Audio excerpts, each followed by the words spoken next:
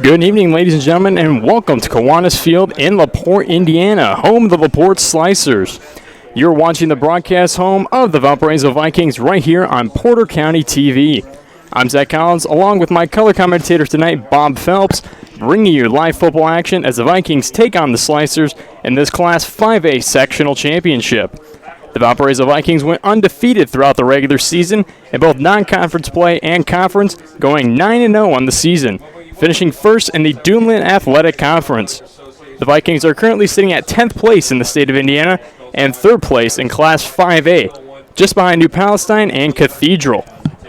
They beat, or should I say beat down, on Munster in their last game 69-6. Moving to the side with the Slicers, they finished their season with a 2-7 record, the worst since 2013 when they went 1-9. Out of their 2 wins, both were against conference opponents in Lake Central and Portage. They then went on to beat Michigan City last week 14-10 in their first round of sectionals. They're led by first-year head coach Jeremy Lowry, who's in his 3rd season as head coach, but the first for the Slicers. When we last saw these teams match up, it was the Vikings dominating all the way. That's right, Zach. Tonight, the Vikings returned to Kiwanis Field, where they dominated the Slicers back on September 6th, when Valpo shut out the Slicers 35-0. In that regular season game, LaPorte had about the same time of possession as the Vikings. However, Valparaiso had over 200 yards rushing, with Tommy Burby leading the way, as he always does, with 108 rushing yards in that game. Now, LaPorte only rushed for 151 yards with their leading rusher, Jeremiah Ruiz, rushing for 78 yards. Valpo's quarterback C.J. Opperman threw for 95 yards on 11 attempts, and Robbie Kiner of the Slicers threw for just 19 yards on 8 attempts. The Vikings also had 3 sacks in that game, led by Cooper Jones, Jack Cahill, and Mason McMullen, all of which are starting for the Vikings tonight. And as you see, LaPorte does take the field here, but Bob, you really can't ignore that quarterback game you mentioned, in which C.J. Opperman has shown great improvement from last season. That's right, Zach. Opperman's been a great leader for the Valparaiso offense. He's thrown for over 1,200 yards this season, including last week's playoff action. He's got a quarterback rating of 110.8, which really you can't ask much more of your team than that. He's really good with his legs. He's got a lot of athleticism. He hasn't needed to scramble much, but I have a feeling he can if it comes down to that. You then look to LaPorte, a team that normally runs the ball rather than throwing the ball downfield, and they've thrown for 244 yards all season, and it'll be just very interesting to see how Kiner's arm is tonight. Yeah, you look at LaPorte's rushing game, really those numbers aren't very staggering. They need to get that rushing game going even more. They rely on it quite a bit, but they're going to need to rely on it really as much as they can tonight.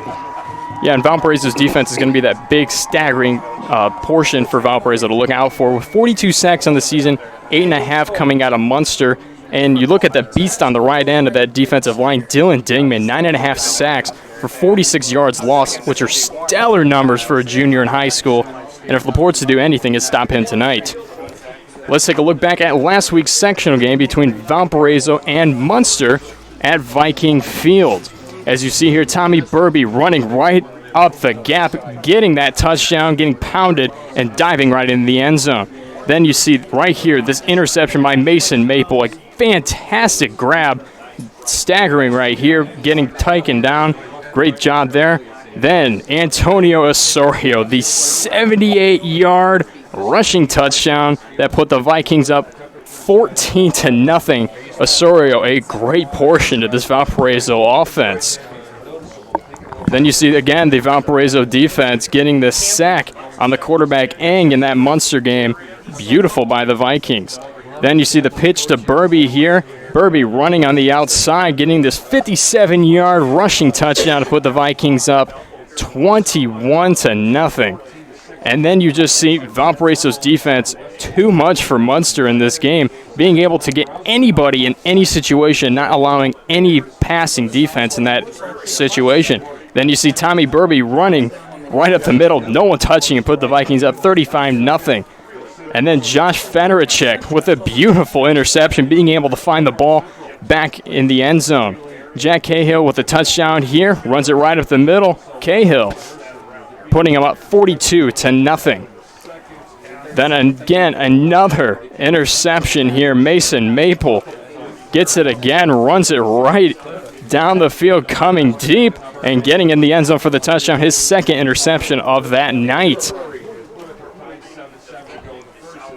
And we are just about to get underway for the opening kickoff. And again, with that final score of 69-6, you just can't take anything out of that game to put it into this game. LaPorte, a completely different team from Munster.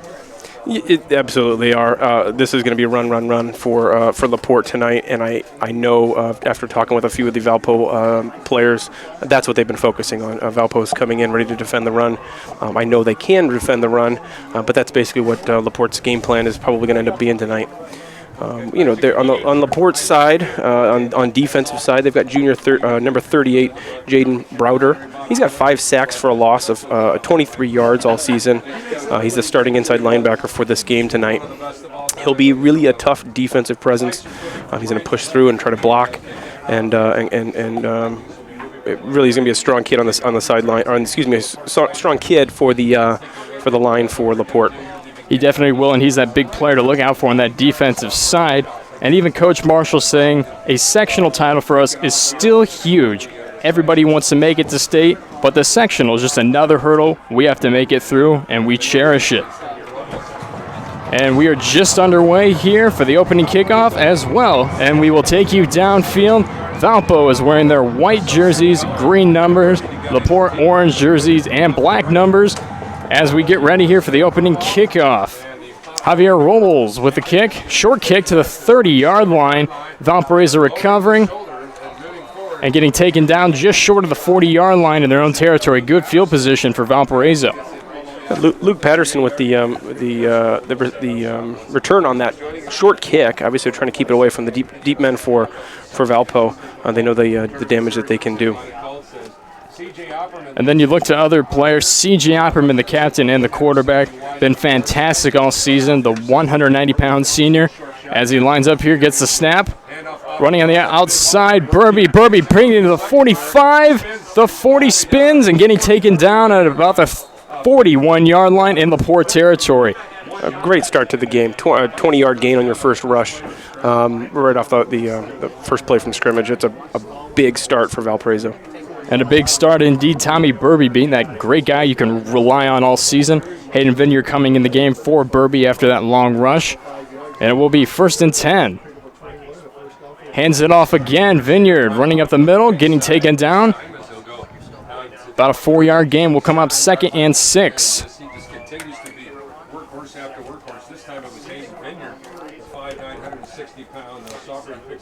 Zach, I was looking at the tape from last week's game against Munster. I think of CJ as a tall quarterback with a great arm, but really we ran the ball quite a bit. Valpo did last week, and I think that's going to be the same tonight.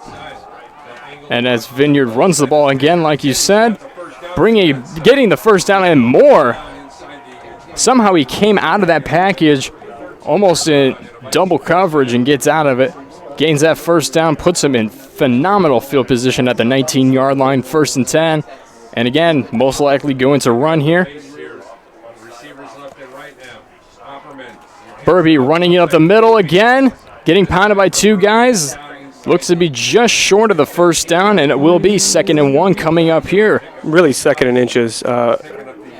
Burby with a nice run. The big thing that he's got going for him, he's getting yards after contact. He picked up easy 5 or 6 extra yards there as soon as the LaPorte defense got to him. 2 receivers on the right, 1 on the left. Hands it off again. Burby running it up the middle, gaining the first down and a little more.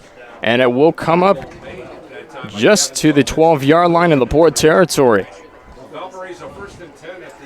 Valparaiso just continues to march here, and nothing is stopping Hayden Vineyard or Tommy Burby just being able to collapse through that defensive line. Fantastic play here so far by the Vikings.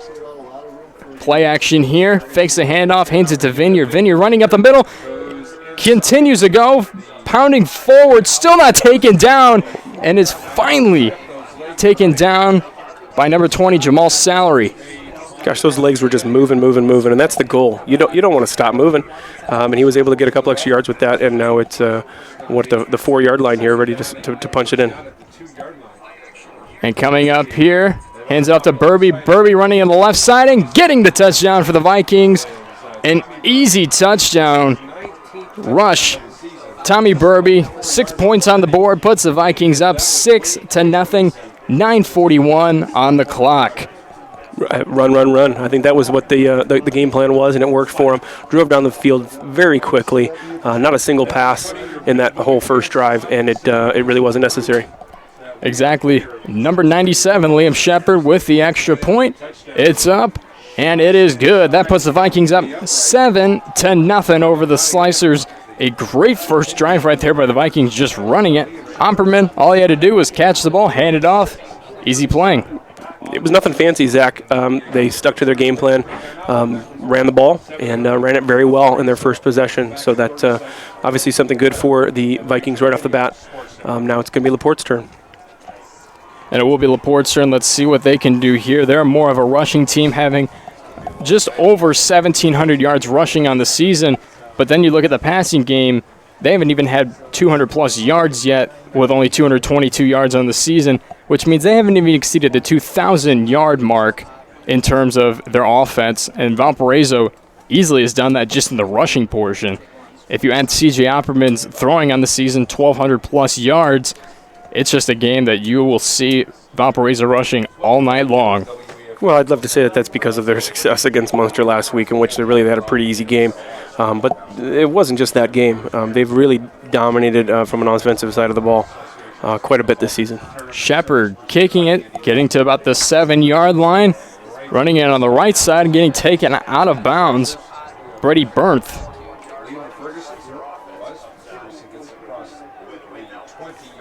And it'll be just at the 20-yard line. They will start 1st and 10 coming up here.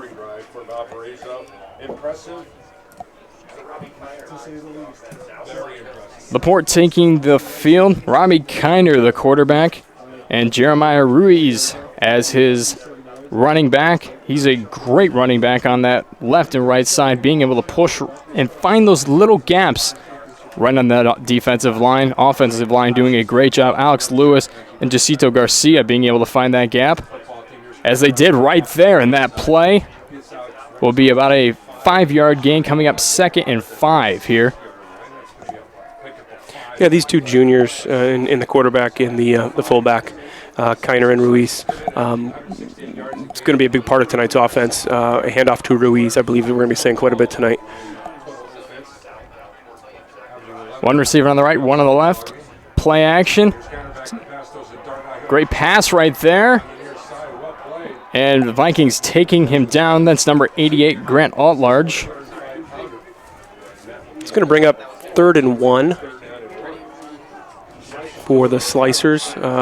Really was a good, quick pass, but Valpo defense just swarmed him, was able to push him back and not let him get close to that first down yard line. Grant Outlarge being that bigger player. None of Valparaiso's linebackers even match up to him, nor their cornerbacks in the situations. As LaPorte hands it off and gets that first down, they will be at the 35-yard line in their own territory. Great rush right up the middle. Great design play. Valparaiso not being able to stop it there. No, it did just what it was supposed to, and I can hear the few fans that have shown up to support the Slicers enjoying seeing this drive stay alive for the home team. One receiver on the right, one on the left. Play action. Kiner looking to the right side, finds a receiver. That's Outlarge again, and being taken down. Will come up 2nd and 4. Jack Cahill with the coverage there, but not being able to keep with him. You know, Jack actually slipped there in the turf. I think they call it turf toe. He unfortunately slipped, and thankfully for Jack, the Slicers were not able to get that first down, but actually there's some wide open field in front of that receiver there. Good thing for Mason Maple being in that coverage in that territory, not going deep on that play. As the ball is carried and stopped just at the line of scrimmage. Will come up 3rd and 4. Vikings, great presence right there on that play. Yeah, they closed in really well. No gain at all on that play, which is going to bring up a big 3rd and 4 for the Slicers. 3rd and 4, 7:19 on the clock. Parks hands it off. Kiner hands it off to Parks. Parks running that right side. And we'll be short of that first down. We'll come up 4th and short. And they look to the sidelines to see what is going to happen. You know what? It's a sectional championship game. It looks like Coach Lowry's going to go for it. And they will go for it. Kiner on the pointing to the left side. 4th and 2. Parks in motion. Kiner coming back up, looking to the coach. Everything works against the Bears, Frank. Still deciding on the play here as they take a timeout. Yeah, about 8 seconds left on that play clock, and I guess they just need to take a timeout and communicate a little bit there. That will be their first taken timeout of this game. But what would you expect LaPorte to continue to do here? Kiner hasn't been that very accurate passer, but so far he's shown some improvement. He has, and obviously some confidence because he's come out throwing that ball on their first possession of the game. It'll be interesting to see what this 4th down call is. I don't see their kicker heading out to switch things up. I've got a hunch they're still going to go for it on 4th and 2. Well, let's see what Coach Lowry draws up. Yeah, Jacob Ruiz not currently on the field, so it will be interesting to see what LaPorte runs here. And as Jacob Ruiz does come on the field, it seems that they are not going to go for it and rather punt. There you go. I suppose when we got Jacob and Jeremiah Ruiz, it looks like. Could be some relation there. There we go. And back deep for Valparaiso, Antonio Osorio and Jack Cahill, as it's a short, high punt. Looks like it's going to be inside the 30-yard line, about the 29 in Valparaiso territory. It was not a great kick, but it did get a decent roll. It probably got another 6 yards or so after it hit the 35-yard line. So Vikings are going to start their second possession at the 29-yard line. And again, it is one of the coldest nights so far here in LaPorte. And I mean, you just go outside and you're already chilly. It is very cold here in LaPorte. I'm seeing 26 degrees here in LaPorte, Indiana for this sectional championship game tonight. Opperman hands it off. Burby running it up, cunning out of territory and gaining that first down. Good rush there by Tommy Burby, gaining about 16 yards on the play. And having about 16 defensive players for LaPorte try to bring him down, I think, too. He just was kind of carrying those tacklers with him and didn't seem to stop him. So first down right off the bat for Valpo. 1st and 10 coming up, play action. Osorio, Opperman keeps it, looks to that right side, and finds Luke Patterson to gain that first down. Great catch there by Patterson to come back, find the ball, and catch it. Great play there. Yeah, real heads up. He basically ran that route he was supposed to, turned around, saw that ball, and went right for it, which was a very smart play. I mean, you just looked at him. He was looking dead-eye. Ball was about midway to him, finally turns around. There was great coverage by LaPorte as well. And Tomzik running on that left side, spinning and getting near that first down. Looks to be just short. Will be about 2nd and inches. Half a yard short, a little bit there, but a real solid run.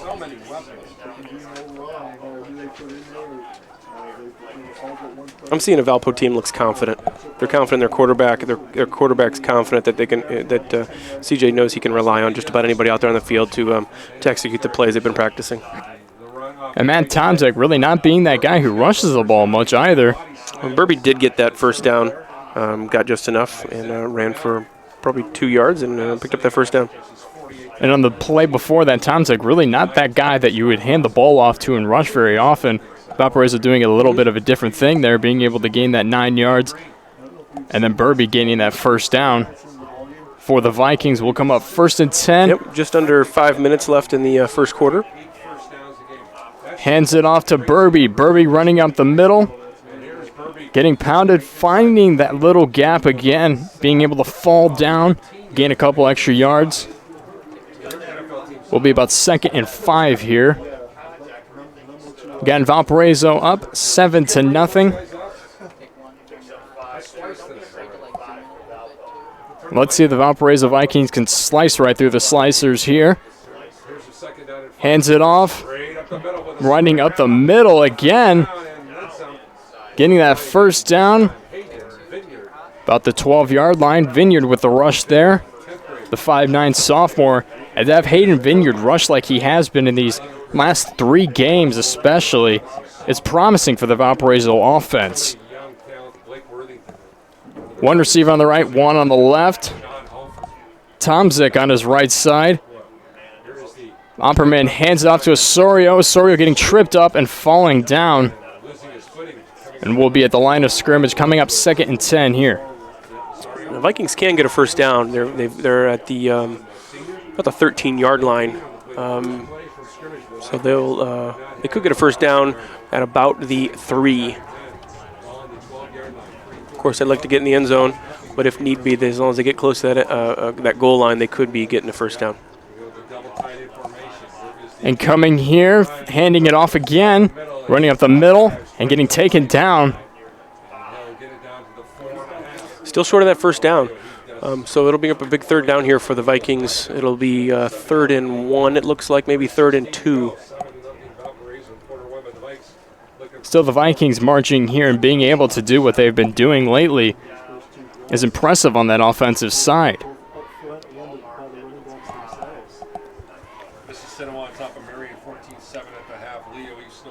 2:58 on the clock. Vikings. Opperman hands off to Burby. Burby running on that left side. Looks like he'll stop just short a pile of defenders on him. He will get that first down. It looks like maybe they're not going to give it to him. The official points that it will be a 4th down coming up here. It's going to be 4th and 1 for the Vikings. It's an unusual circumstance for them to be in. And it looks like they're going to go for it. With the running game they've got and they've had all season, I don't see why not. They're going to crowd the box there and direct snap. So taking it for himself and getting the touchdown. However, there's some cloth on the field.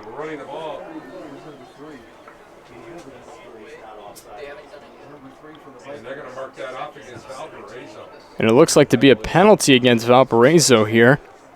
We'll see what the official call is. Yeah, they're going to call it a legal shift on the Vikings. Against the Slicers, but the Slicers getting the break right there, being able to have Valparaiso have that illegal shift, bringing up 4th and 6, not being able to capitalize on that. Osorio's got to be disappointed that that was an illegal shift because he ran right up the middle, got that easier touchdown, and not being able to get that touchdown is kind of a harming thing for the Vikings, but at the same time, you're up 10-0, you had a successful drive. Yeah, I'm not so sure it wasn't just they were rushed to get to that line, wanted to catch the Slicers off guard a little bit, and the timing of things just wasn't quite right, and Valpo maybe wasn't set, and then got that illegal shift call. But, yeah, again, I think LaPorte, if you were to tell them you're going to hold Valpo to a couple of field goals this game, they would be happy with that. So here's the first one. They were able to hold Valpo to a field goal, and now only 10-0. We didn't have any field goals, or Valpo did not have any field goals last game against Munster. It was touchdowns all the way, with the exception of a missed extra point late in the game. It was touchdowns on every possession, including some interceptions.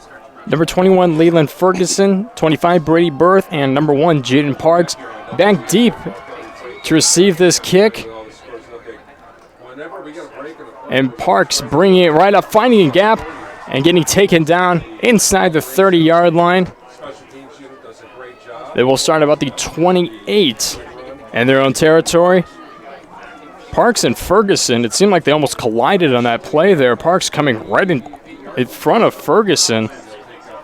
Different kind of play scenario there, but in the end still has worked out. Yeah, a little miscommunication, but they were able to get a decent return on that. And now going to have that ball at the 28-yard line.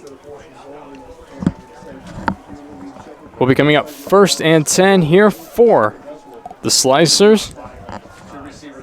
Parks in motion. Kiner tosses it to Parks, and Parks can be taken down just right at the line of scrimmage. We'll come up 2nd and 10 on this play.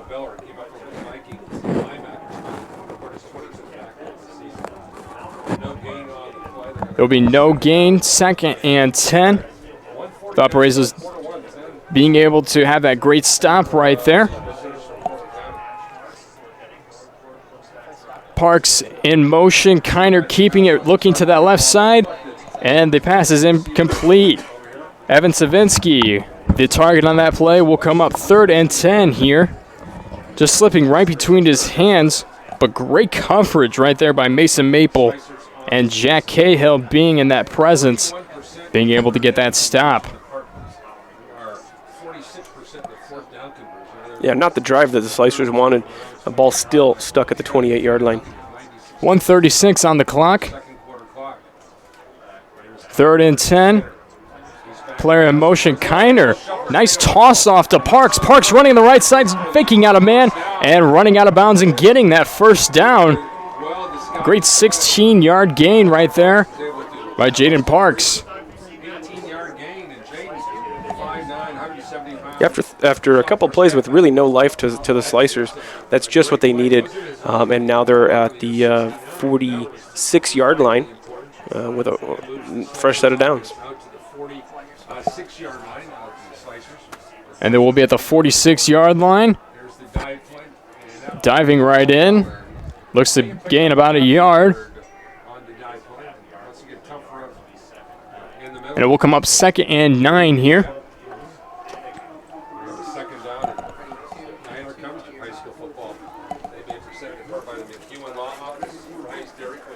The clock is below 1 minute, currently at 55 seconds left in the first quarter.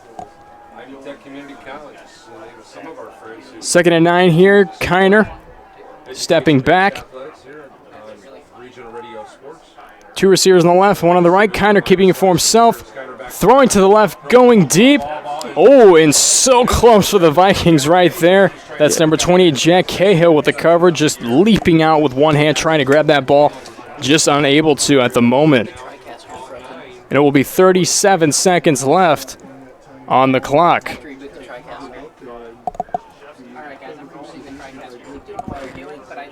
3rd and 9 coming up here on this play.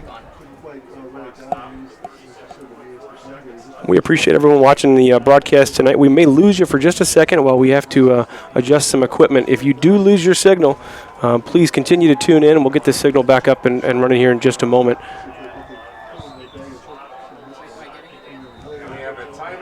And there's a timeout for LaPorte. That is their 2nd timeout. So with that timeout, we're going to take a quick break, and we'll be right back.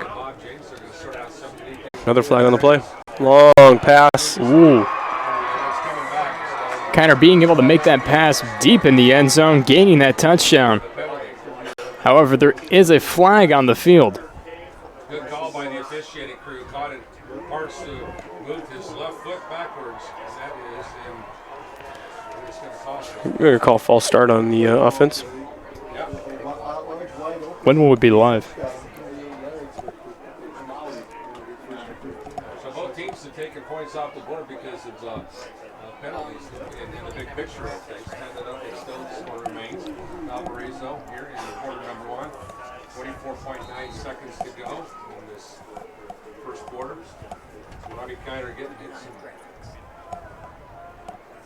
information from his staff over here. Now he'll settle in balls on the. And we are just back here. There was a 15-yard penalty on Valparaiso to put the Slicers in Valparaiso territory at the 39-yard line. And as you see here, there's a fumble on the play. Vikings recover, running it deep, continuing to go all of the way. That is number 11, Cooper Jones for the Viking touchdown. Kiner not being able to hold on to it. Valparaiso getting the touchdown. Beautiful rushing by Cooper Jones on that play. That is a big play for the Vikings here. And for LaPorte, just another mistake. Oh, really rough. Yeah, that's a tough break for the Slicers. They had a touchdown that was called back because of a penalty while we were away. There was they kept their drive alive because of a penalty against Valparaiso with the roughing the passer. Things were starting to go their way. And then that fumble and scoop and score for the Vikings. Shepard with the extra point there. It is good, which puts the Vikings up 17-0 with 14.3 seconds left in this first quarter. And to talk about what happened up until there. There's a 15-yard penalty on Valparaiso for roughing the passer, which put LaPorte into Valparaiso territory at their 39-yard line. Then on the next play, 5-yard passing touchdown, which would have been, except LaPorte had the 5-yard penalty, which put them back 5 yards and led to that fumble that you just saw there for the Valparaiso touchdown. Valparaiso is just continuing to capitalize on the Slicers.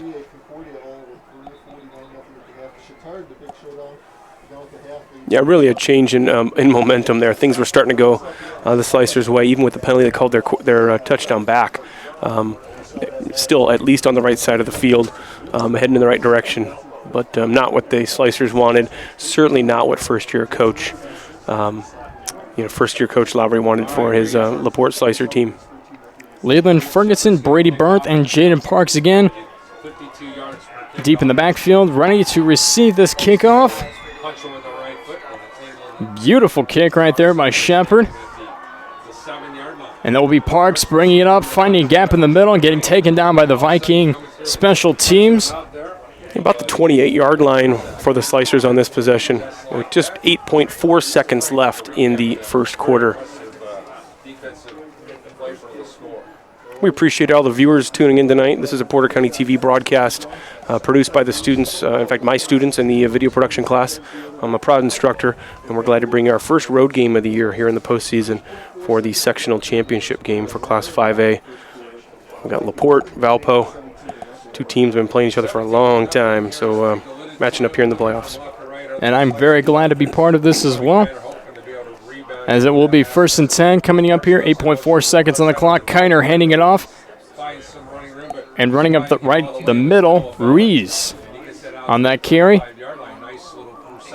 Great gain right there, and that will end the first quarter. Vikings up 17-0 over the LaPorte Sliders, which will bring you to the second quarter coming up here. And the Vikings just being able to capitalize on almost every drive. Tommy Burby being that great offensive presence that the Vikings need, getting that touchdown there. As well as you look at number 21, Hayden Vineyard, being that other guy, that secondary running back that you can hand the ball off to and rely on almost every time. And again, Vineyard is a sophomore, which means that next year he'll be here and the following year he'll be here, being able to take Tommy Burby's position his senior year, as Burby is a junior as well. He'll also be returning. So this Vikings team isn't changing very much in terms of play. Yeah, Burby's only a junior, Vineyard's a sophomore, and that's really looking great for the running game. They will miss next year Antonio Osario, who's a senior and been a great leader, had some great plays in the past couple of years actually for the Vikings. And also to update you on the score on the other side of the bracket, Mishawaka and Elkhart Central, the Cavemen up top, the Blue Blazers 21-13. Mishawaka was the favorite in that game as well. As you see Kiner throwing right there into the turf. We'll bring up third down. Yeah, obviously that Mishawaka-Elkhart Central game is one we're keeping an eye on. It's currently in the second quarter as well. It did start before this game because of the Eastern time zone. We'll keep an eye on that score and many others for you around the state of Indiana in the IHSAA sectional tonight. That's a big game for us to keep an eye on because obviously the winner of this game will move on and play the winner of the Mishawaka-Elkhart Central game. And we will continue to keep you updated with the score of that game as well throughout this game. Kiner throwing to that right side, finding a receiver and getting tackled, being able to gain that first down, however. And that's at large with that catch and carry. And going to move the change, give a first down for the Slicers. Zach, I can't help but notice something on the scoreboard we're looking at. The favorite, the top-ranked team in 5A for the state of Indiana, New Palestine, is currently losing to Franklin. To Franklin Community, 49-7. What a game that is being so far. Yeah, that's really a huge one. The only two undefeated teams in the state of Indiana in Class 5A. We're talking about New Pal and the Valparaiso Vikings, both 10-0. And New Palestine was ranked above the Vikings as well in 5A sectional play in Indiana. Absolutely. They would be, in my opinion, and many others, the favorite to win state this year. Kiner losing it there a little bit. Throwing and just Noah Beller Actually popped off, I think, the head of the helmet of another player there. Just looking like there's just too much pressure being put on him from Valpo's defense. Scrambling around, almost drops the ball as soon as he gets in his hands. They're just struggling to find their composure right now. Evan Savincia, the intended receiver there, and Noah Beller just reaching out trying to grab that ball. And the Vikings, if you do watch before their pregame, they do work on a drill where they pop the ball up and try to catch it on that defensive drill. Great drill by the Vikings, but just a little too far out for the Vikings for Beller to get as Kiner throws to that left side, almost intercepted by that Viking defense, number 28, Jack Cahill. Very close to that play. Zach, you're talking about doing tip drills. That paid off last game against Munster when one of the 5 interceptions was a tipped ball that went way up in the air and came down, and Valparaiso was able to recover that interception. I believe that was the 4th of the 5 interceptions that Valpo had last week. 10:49 remaining in the second quarter. As the Slicers begin to punt here, Jacob Rees. And they will let the ball drop, and we'll get to about the 32-yard line. That is recovered by number 32, Troy Lelwin of the Slicers as the Vikings come up and take the field. Again, you're watching production of Porter County TV. I'm Zach Collins, along with my color commentator Bob Feltz and instructor of the video productions class, as well as the video productions crew here in LaPorte, Indiana, as the Vikings are taking on the Slicers in Kiwanis Field. As there was a handoff right there by the Vikings. Getting about 4 yards there, coming up 2nd and 6.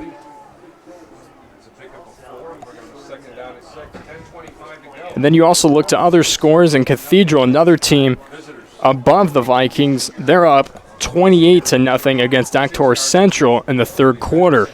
And again, like you said, they're an hour ahead of us, so of course they started earlier than this game. Opperman keeping it for himself, looking to the left side, has time. There's all kinds of time. Running it right on the right side. And the ball is somehow caught in great coverage right there. Number 35, Wesley Sharp, with the catch and gaining the first down. Zach, I don't know how that was not intercepted. Really looked like I was going to be a pick 6 there. The timing was just right, and Opperman had a lot of time to throw, obviously getting some protection, given the time he needs. Ferguson with the coverage right there, just right there. It almost seemed like it went through his hands and then went right into Sharp's hands on that play. As Opperman passes to that right side, receiver's taken down immediately. Receiver is number 15, Luke Patterson. And we'll come up 2nd and 5 here. It was a quick throw, quick turn by Patterson. Able to get the reception and then just get pushed back. So he was able to get some yards, but nothing after the catch. That Decatur Central Cathedral game is definitely one to keep an eye on. They are on the Valparaiso side of the bracket for 5A.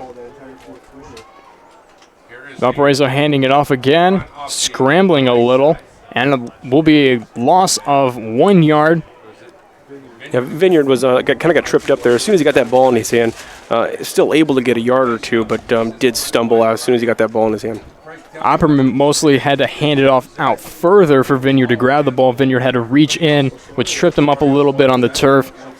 And it will come up 3rd and 5 here for the Vikings. 2 receivers on the left, 1 on the right.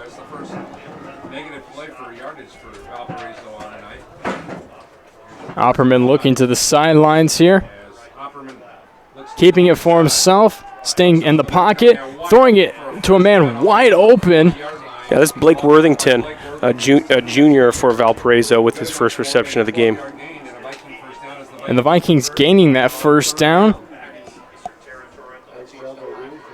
Almost looked like C.J. Opperman wanted to go to the right side, didn't see his intended receiver open, and ended up spotting Worthington down the field, made that connection. Worthington, the 6'1 junior, being able to make that play. As Opperman hands it off to Burby. Burby being that quick presence right up the middle and gaining that first down. Seeing that he was almost the Flash, being able to go from left side to right side, being able to pick his foot up, planted in the turf, and being able to pick that position, getting that 13-yard gain and getting that first down. Zach, born and raised in Detroit. I saw shades of Barry Sanders there, the way he can turn like that, really darting back and forth like he should, and another handoff to Burby. Burby running right up the middle again, gaining 5 yards on that carry. 2nd and 5 coming up here. The thing about Burby, he's getting small. He's getting small, but he's able to move quick and avoid contact. And once he does, he's still able to get a few yards after that contact. But really, really a solid runner for Valparaiso. 2 receivers on the left, 1 on the right. Sharp in motion. Hands it off again. Hayden Vineyard with that carry and gaining that first down. Will be a 60-yard run and pushes the Vikings deeper into Slicer territory. At the 18-yard line is where the ball will be spotted, 1st and 10. The Slicers just don't know how to keep the Vikings under control in this game, as it's a quick toss out right to great rush there. Yeah, it's Tomzak on that run. It looks to be, gosh, inches short.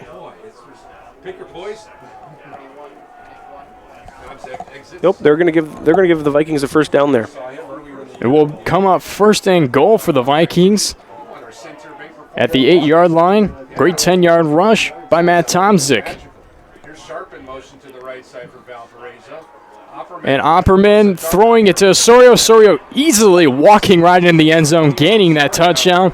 That's just too easy for the Vikings, and it puts them higher up on the board. And that will continue that Viking lead. Great touchdown reception by Antonio Osorio. He ran to the goal line, turned around. Opperman threw him the ball. It was really no defenders in sight. Easy score for the Vikings. Easy score. And now we've got Shepard out for the extra point. Shepard with the kick. It is up and it is good. That puts the Vikings up top the Sliders, 24-0. 6:30 remaining on the clock.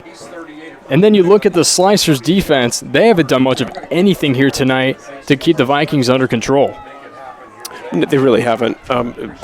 It's kind of been, they've had their choice. Valpo's been able to basically pick their poison, I guess, or choose how they wanted to handle the Slicers.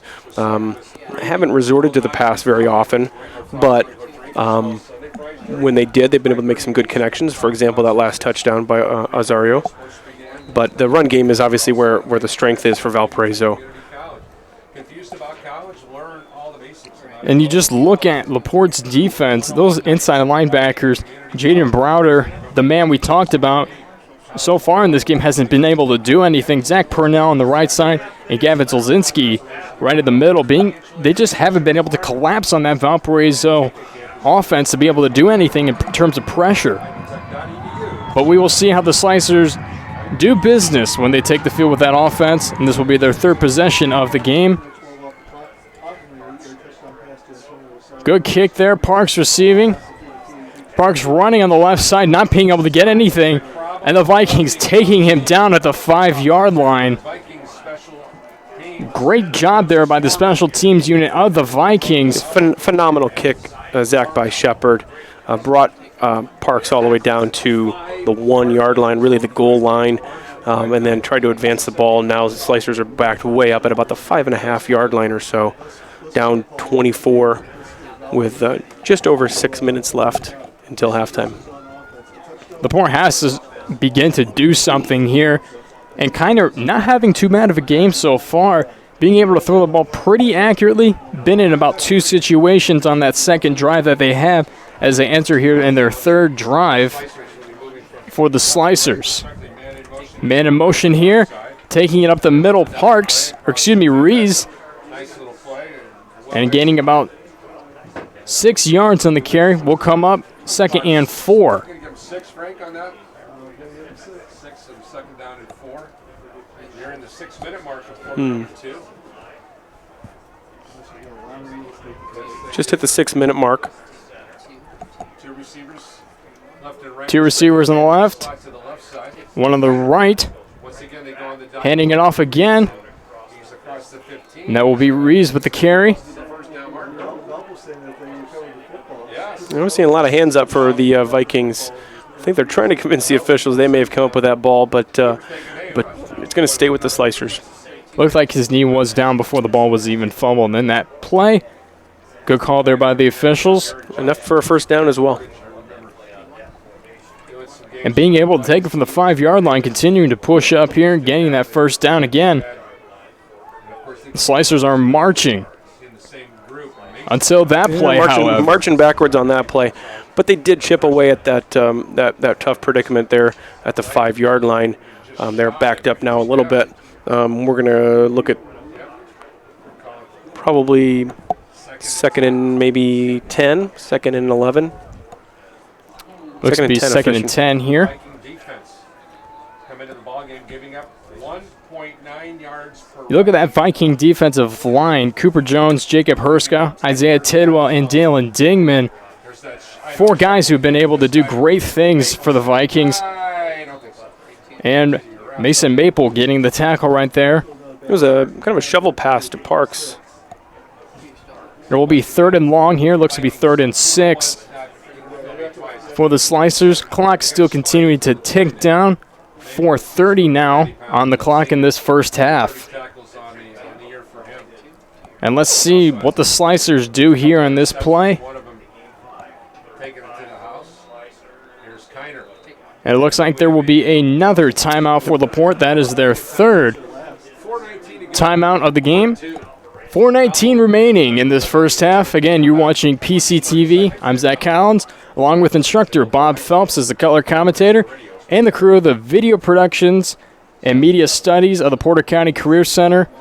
Now, you look in this game, and Valparaiso's defense has been a key element, being able to stop LaPorte on every drive, even gaining a fumble and a fumble recovery, which led to a touchdown, Right. which is essential if you're Valparaiso. Well, they've been dominating, and really LaPorte isn't playing awful, but Valparaiso is just playing very, very solid football tonight, as they have really all season. They're really waiting for Valpo to make some mistakes. I think that's the only thing that's going to be on LaPorte's side right now. They are, like I said, they're kind of chipping away at this drive. Time is not on their side with now just over 4 minutes left until halftime. I know that they would love, Coach Lowry would love to get a score up there at some point. Otherwise, they're about to have a similar fate as they did during the regular season when Valpo beat them 35 to nothing. Certainly don't want to get shut out. And LaPorte, even in that game that you mentioned, not even having 200 yards, the Vikings having more than 250 in that game and being able to capitalize. LaPorte tossing it off to Parks. Parks running on that right side and getting slammed by that Viking defense. Yeah, huge hit there for Cahill, able to really clobber him. But he popped up, and they're ready to keep going. First down, though. They are going to give the first down to the Slicers on that hard run. It's a good spot there by the officials, as he was just right over that 28-yard line, being able to be taken close and out of bounds, and that will stop the clock at 4:07. Just enough time to see if LaPorte can get a drive in here and get some points on the board, as they are currently scoreless, 24 to nothing. There's Kiner on the keeper. Kiner keeps it and is brought down. Dylan Digman up. That was Will lose about a yard and a half on the play. that's his It's not something we've seen from him much. Kind of a unique call, but Valpo wasn't taking the bait there. Kiner's not that quarterback who's very agile. He's more of that staying in the pocket kind of quarterback or handing it off quickly. On that play, different scenario. Kiner trying to run it on that right side, just not being able to do anything. He's not very great on his legs. Opperman, if he has to come into a situation, he's very good on his legs, being able to push it out and curve it out. Kiner not being able to do so on that play. As Kiner looks, throws, gets hit on the play. Yeah, he got some pressure there kind of felt pressure from number 11, Cooper Jones, for the Vikings. Just barely missed him before Kiner got that pass off, and then ended up hitting the turf. Intended receiver number 30, Justin Forker. Homestead leading Fort Carroll 17-7. Carroll did the Brickies. Will come up 3rd and 12 here on the play. 3:22 on the clock.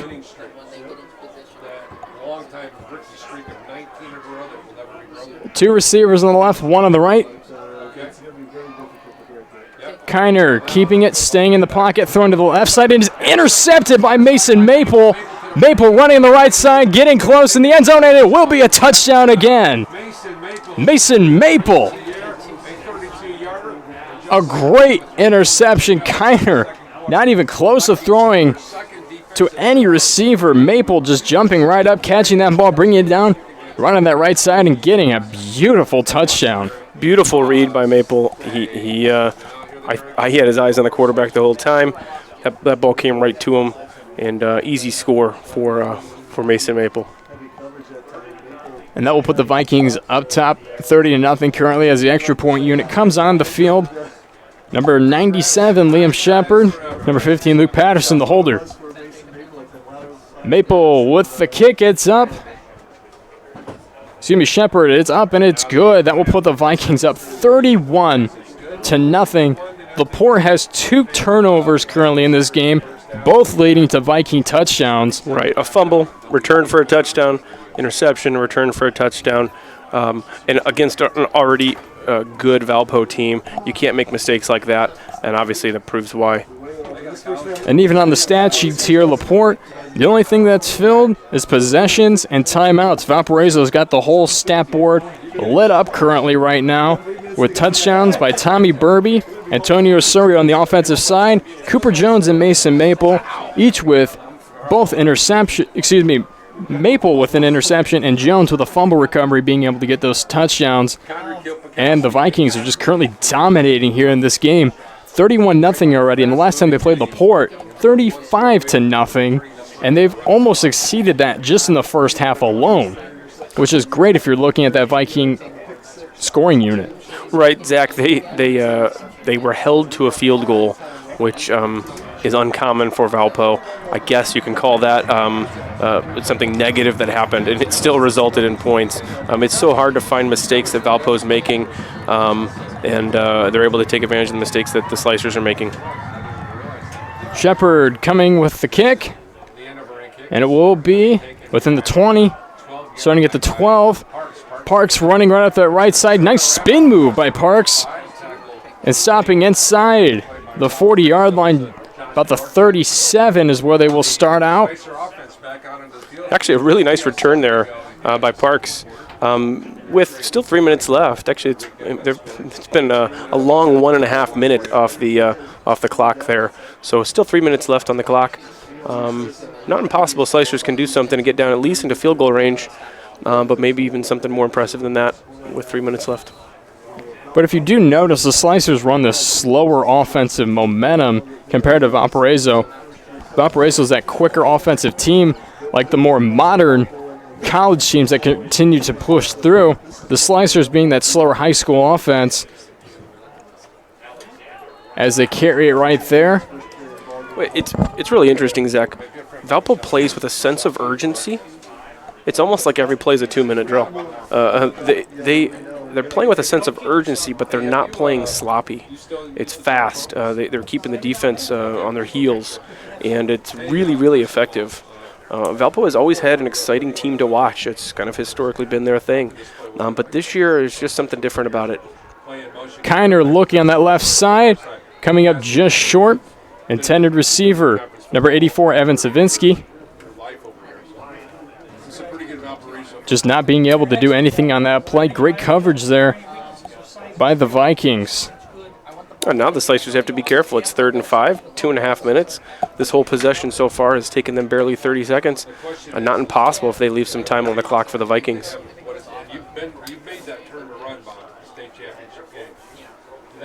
Kiner looking at the play chart. Coming up close to Alex Lewis. Man in motion. Oh, there was a Dive fumble. right in. There is a fumble, and it will be recovered by the Vikings. Yep, that's Josh Fedorchuk on the fumble recovery for the Vikings. And again, another fumble by LaPorte. And you just look at the slicers and you think, we've had 2 fumbles in this game. We've also had an interception in this game. What are they going to do in the second half? Because this has just been the sloppiest play. Their last 3 drives alone have led to turnovers. Yeah, this is just a deja vu all over again from last week against Munster. Lots of turnovers. Opperman looking, finding a receiver. It's Ricky Hall Jr. with his first reception of tonight. Enough for a first down. Moving that ball, and I think Valpo's got their eye on the clock with 2:20 left. No reason they can't put up more points.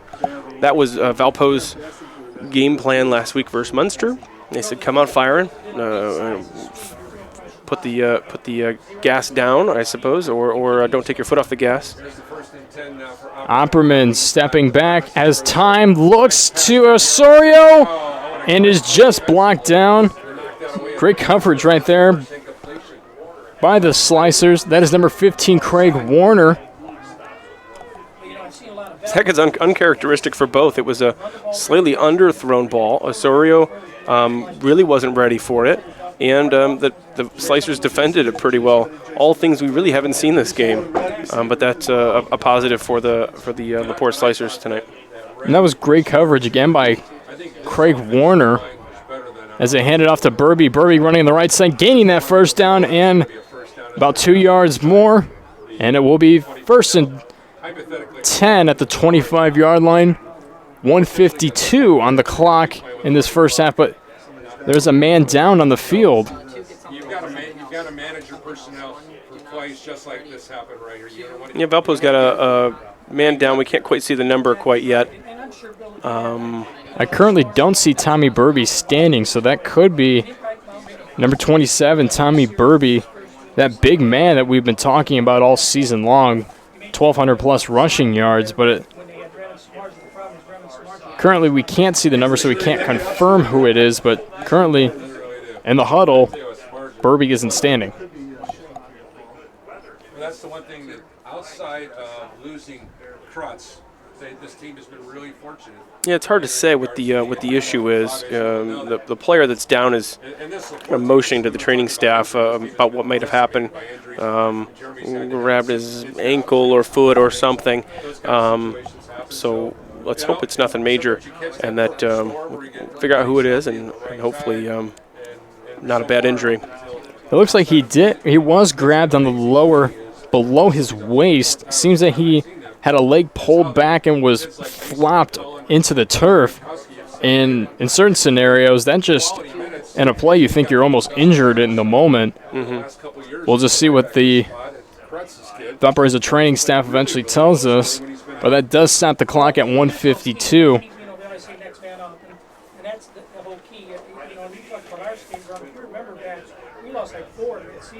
Looks like they're helping that injured player up off the turf. Try to get a look at the number.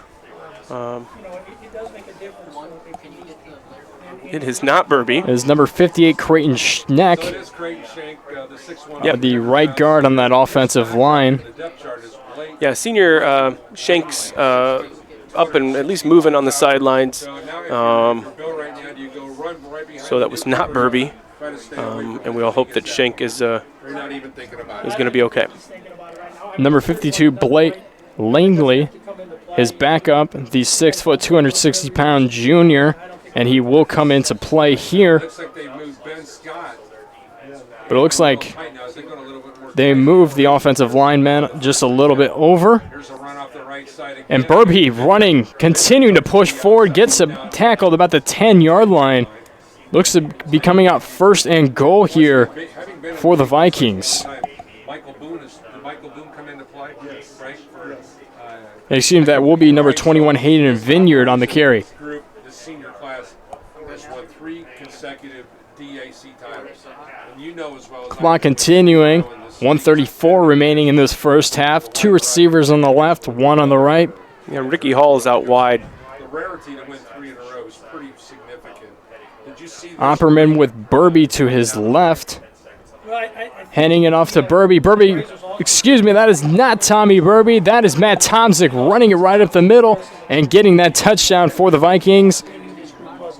And Tomczyk, the senior, 5'11", 200-pound, mostly he's that defensive lineman, but being able to be a stellar player, Matt Tomczyk, for the Vikings. Yeah, interesting. Tomczyk's a tight end for the Vikings and handed it off to him and just pushed right ahead, barely touched, and gets that touchdown. Liam Shepard with the extra point, and it is good. And that puts the Vikings up 38-0 over the Slicers, 1:17 remaining on that clock. And Matt Tomczyk, usually, like you said, being that tight end presence, being able to do some different things here, being able to carry the ball in certain scenarios, and it definitely shows here on that play. Yeah, the Vikings seem to be having fun out there. They're just kind of spinning the wheel and saying who's going to be up next, who wants to do something fun, who wants to have a good run, maybe get a reception, and really mixing it up quite a bit. Obviously feeling good with a 38-0 lead with 1:17 left in the second quarter. Really a parody of last week's game versus Munster.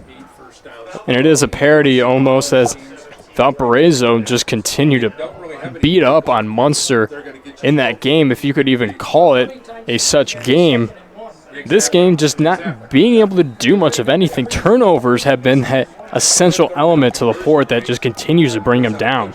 They've had 3 turnovers this game so far, and that ball will drop, will be a touchback just close to staying in bounds. Yeah, Parks actually decided to let that go, and it really stalled out at the 1-yard line. I was anticipating with things the way they've been going for LaPorte, that ball stalling out there at the 1-yard line, but it did roll in the end zone, and LaPorte with just over a minute left will start their probably final drive of the first half.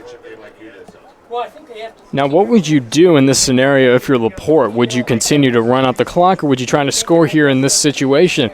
Because you look to LaPorte, and they've just continued to get pounded throughout this time, and maybe running out the clock, going in the locker room, talking it over is the best scenario.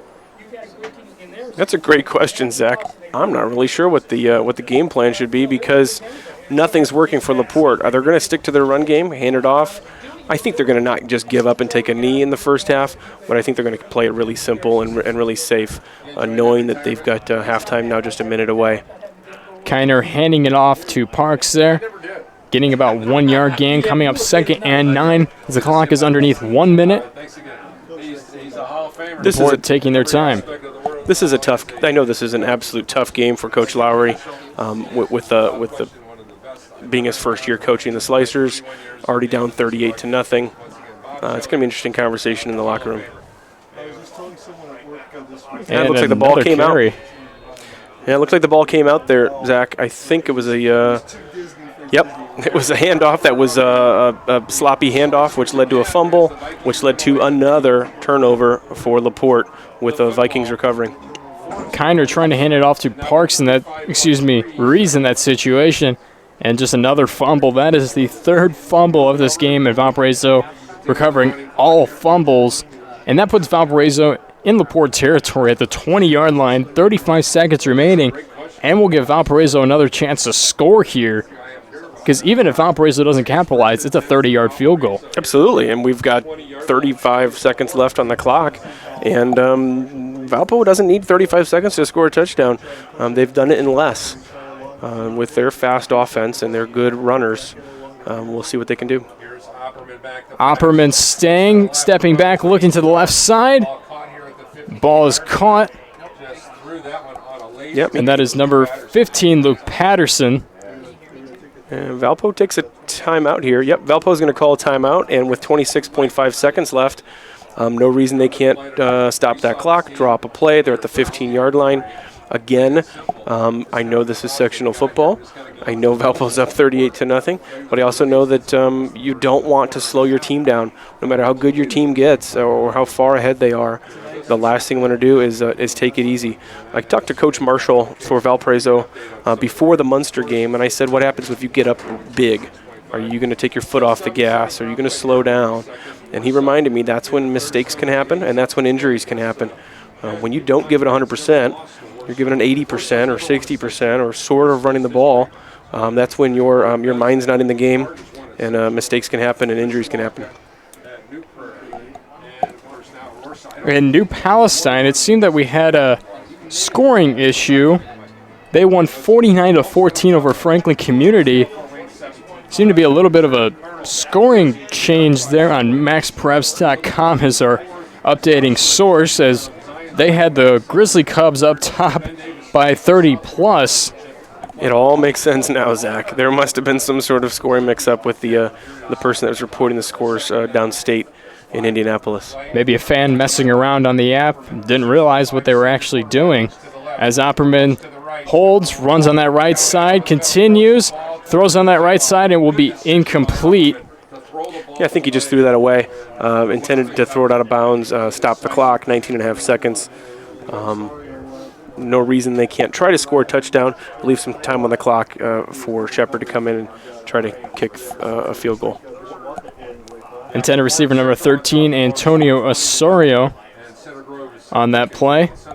So New Palestine does win on the other side of the bracket. That makes a lot more sense, Zach. I do see Cathedral is beating Decatur Central currently, 35-6 in the fourth quarter. And then another team, Penn and Warsaw. Warsaw up top 28-18 over Penn in the fourth quarter. Opperman throws, and it is incomplete. Yeah, that deflected there. It looks like it was deflected by Gavin Zolvinsky for the Slicers. And that will bring on the special teams unit for the field goal attempt, number 97, Liam Shepard, 15 seconds on the clock. And it will be interesting to see how these games continue to go, accounting for the Valparaiso game as well. And we will continue to keep you updated with scores as Valparaiso comes up here for the 32-yard field goal attempt. It is up, and it is no good. Valparaiso will not score. Looks at the wing carried on that left side, just not able to get it in through the uprights. But not a big deal if you're Valparaiso. You're up 38-0, and that was on a fumble recovery. Yeah, that was essentially something that was just almost a free ball there. It wasn't a possession they were even planning on having. But when LaPorte's going to leave the ball on the ground like that after a kind of a botched handoff, essentially Valpo with just 30-something seconds left, able to go down and see what they could do. I know Shepard wanted to make that kick. It really would have done something for his morale as a kicker, but I've got a hunch that the team is still feeling pretty good heading into halftime. Still 10 seconds left. And Liam Shepard, too, he's only a sophomore. So to be able to have that foot that he has all season has been essential. As Kiner hands it off right there. It's interesting. I actually think that handoff did not amount to any yards gained for the Slicers. I expected the clock to run out, and it appears Valpo head coach Bill Marshall called timeout to stop that clock with 8.8 left. A different situation there for Marshall to not run out the clock. Yeah, it's interesting. I'm a little curious about that decision. They actually still have one timeout left after this, so we'll see what this could lead to. With the sloppy ball handling that the Slicers had, I'm not so sure Coach Marshall isn't wondering if you make them snap that ball, and maybe there will be some sort of turnover or something. Again, 8.8 seconds left. And the clock has been changed. Put 1 minute 6 seconds. No, I think they're going to put 10.6 seconds left on that clock, and just about 2 seconds or so. So no, this is a classic field here with some of the older scoreboard technology they're making use of. Slicers running up right up the middle there. Getting taken down. Getting about 5 yards, and that will run out the clock to end this first half. Vikings currently up top 38-0 over the LaPorte Slicers. And we'll be right back with the second half coming up here after this halftime. I'm Zach Collins along with my color commentator and instructor, Bob Phelps, and the video productions crew. We'll be right back here in Kiwanis Field. Want to know what I like best about playing basketball for my high school? I like it because it's a place where my friends get to see me play. I like it because I'm playing for someone besides myself. I'm playing for everybody in my school and every person in my community. Indiana high school sports.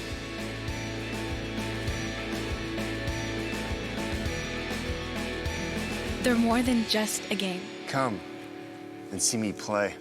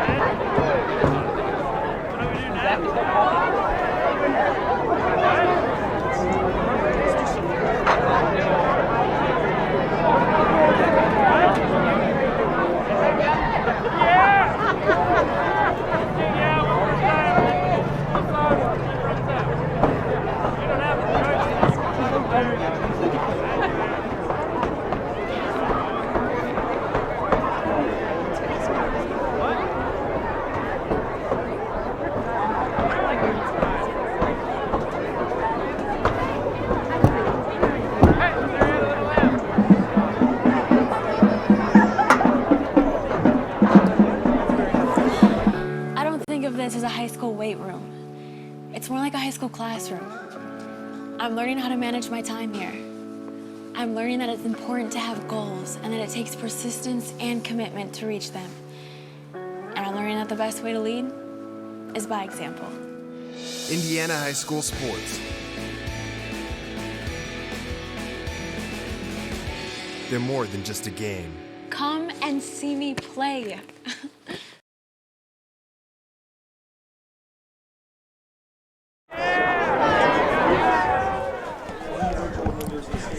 And we are back at this halftime break.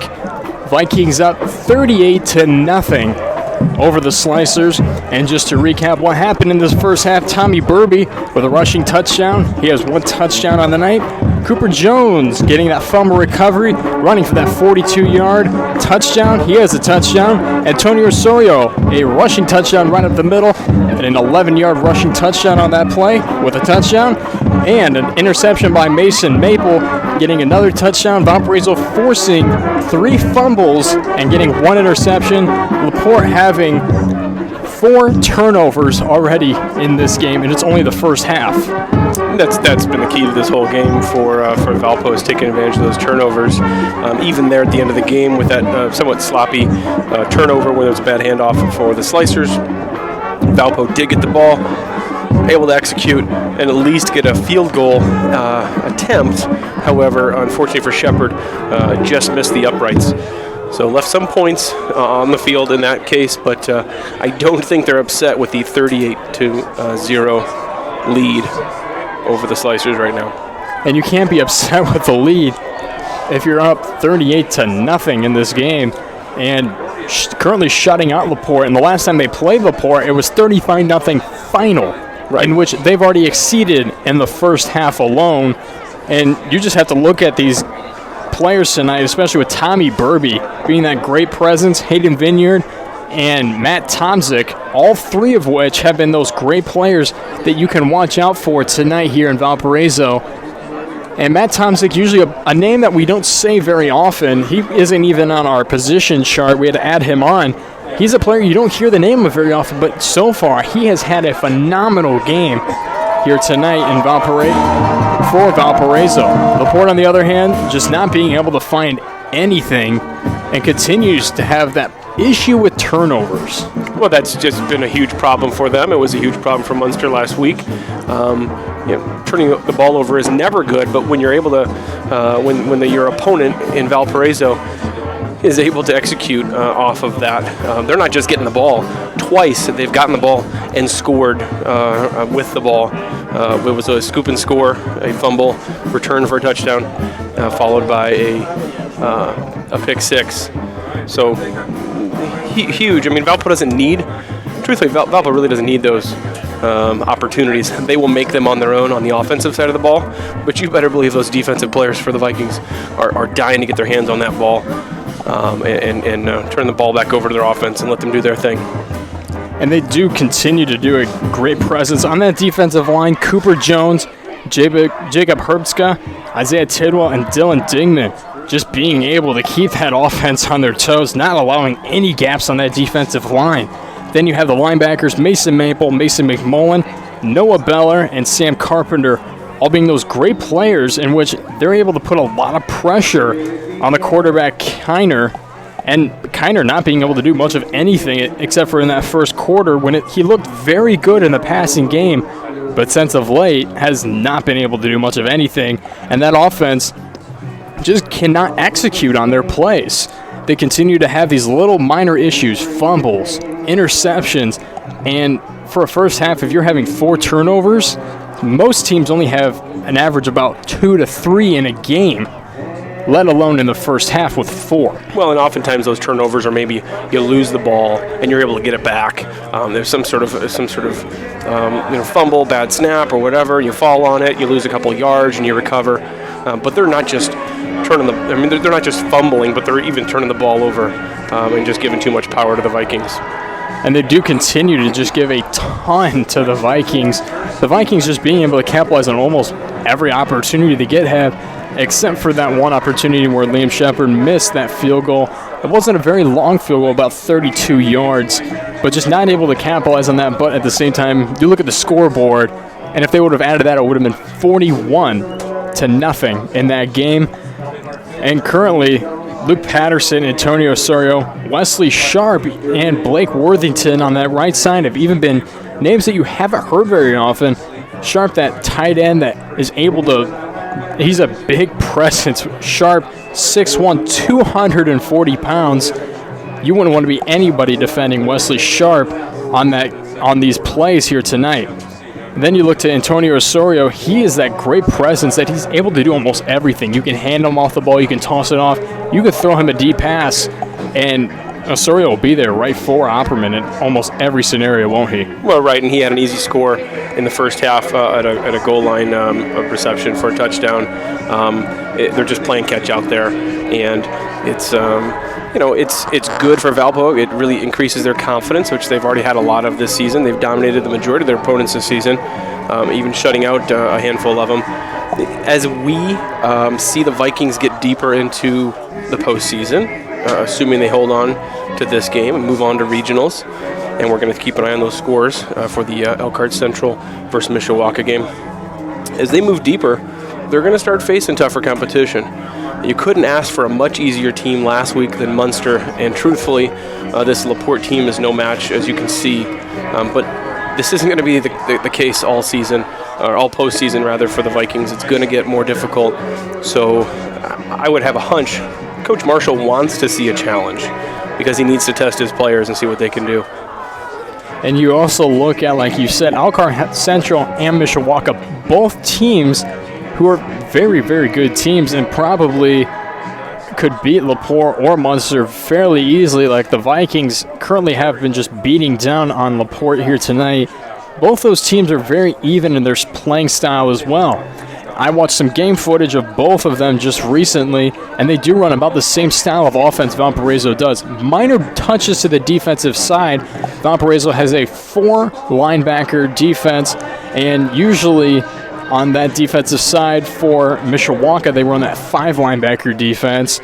And it's just a different perspective there in the terms of teams, but all three offenses being very even as we enter this second half. Again, we're at Kiwanis Field, and you're watching Porter County TV. I'm Zach Collins, along with video productions instructor and color commentator Bob Phelps, and the video productions crew, as Liam Shepard kicks it off here. Parks getting to the 15, getting stumbled down, getting taken down about the 16-yard line. Yeah, Blake Lemon on the trip up there for the Vikings, able to put just enough pressure on him and brought down Parks. And LaPorte will take the field here to start their opening drive of this second half. The Slicers just really not being able to do anything. 6 possessions, which 4 possessions out of those 6 led to either an interception or a fumble. And LaPorte, let's see if they can clean it up here. Kiner hands it off. Parks gets it. Ball comes loose as he hits the turf. The official marks him down. And Parks does come up with the ball. Mason Jones is in the ball game. Big brother, Cooper.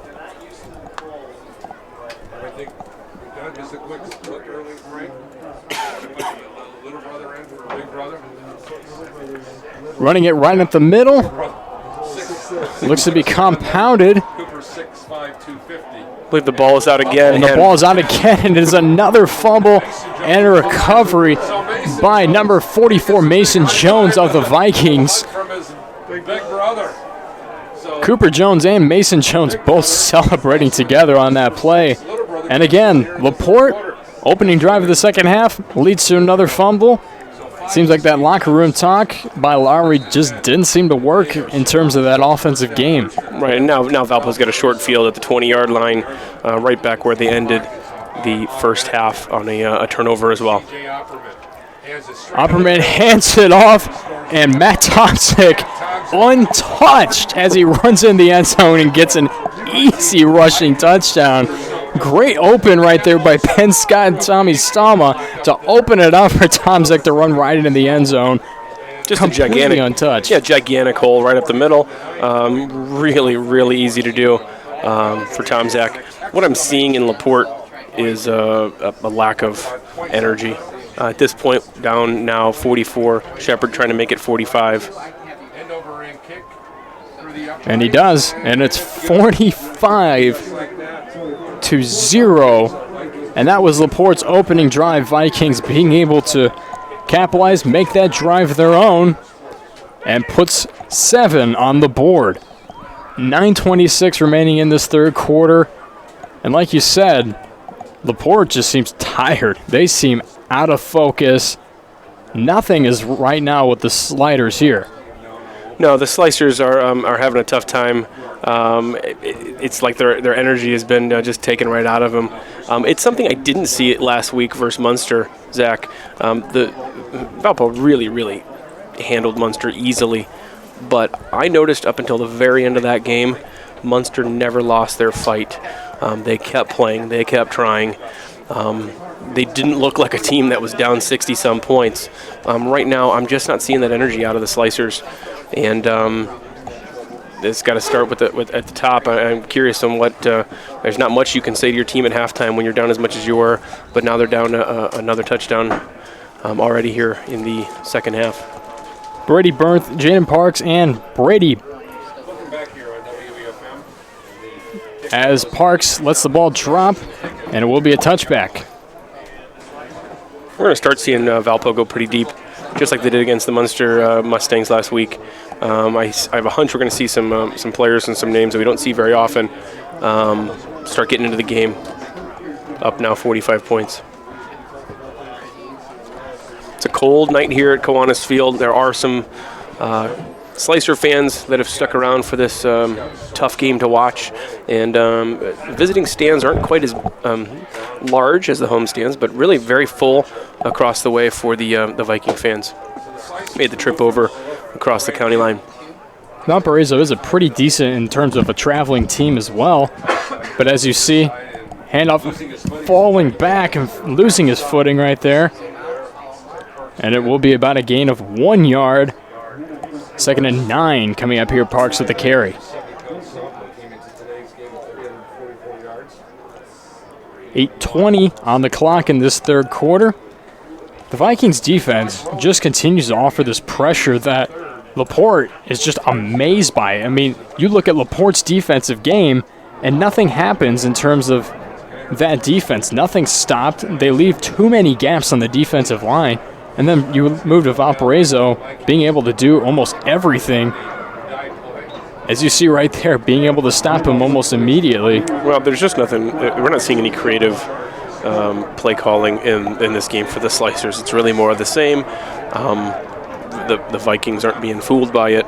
That last play, we had Parks in motion, and he might as well not have even been on the field. Nobody took that as a significant movement on the line. And so Lowry, he is in his first year as head coach for the Slicers as well. But in terms of this kind of game, maybe run some new plays, but Lowry continues to do the same exact thing, and it's executing poorly in terms of offense.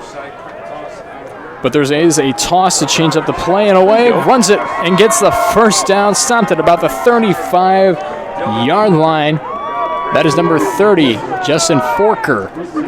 Maybe Coach Lowry's watching our Porter County TV broadcast. Here we were calling the Slicers out for not mixing it up a little bit, and there was a nice pitch back to Forker, who had a good run, enough for a first down. Again, can the Slicers do something with it? And out of their drives, out of their last 3 drives, this is their first down.